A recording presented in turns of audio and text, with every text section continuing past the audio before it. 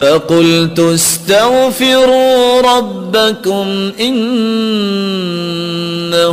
كَانَ غَفَّارًا۔ استغفار تم کر لو، سارے گناہ بھی اللہ معاف کر دیں گے، موسلا دھار بارشیں بھی برسائیں گے، تمہارے پاس مال نہیں ہے تو مال بھی وافر دے دیں گے، اولاد کی نعمت نہیں ہے تو اولاد بھی دے دیں گے،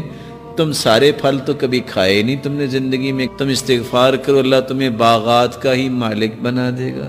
تمہارے لیے نہریں جاری کر دے گا۔ بلکہ دوسری جگہ اللہ رب العزت فرماتے ہیں جس نے زندگی بھر سکون لینا ہے استغفار کر لو، جب تک زندہ رہو گے اللہ تمہیں چین نصیب فرما دے گا۔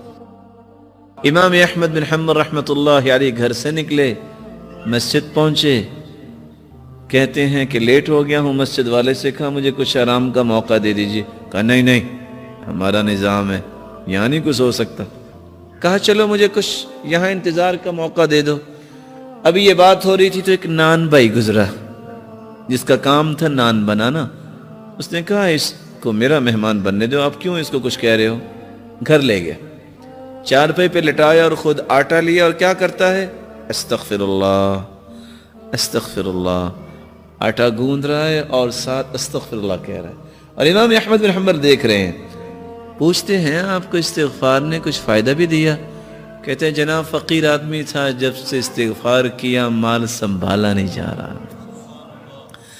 اور جب سے استغفار کر رہا ہوں جو خواہش کرتا ہوں اللہ پوری کر دیتے ہیں، لیکن چند دنوں سے خواہش کر رہا ہوں وہ صرف پوری نہیں ہوئی، باقی ساری پوری ہوگی۔ کہا وہ کون سی خواہش ہے جو پوری نہیں ہوئی؟ کہا میں نے اللہ سے دعا کی تھی یا اللہ،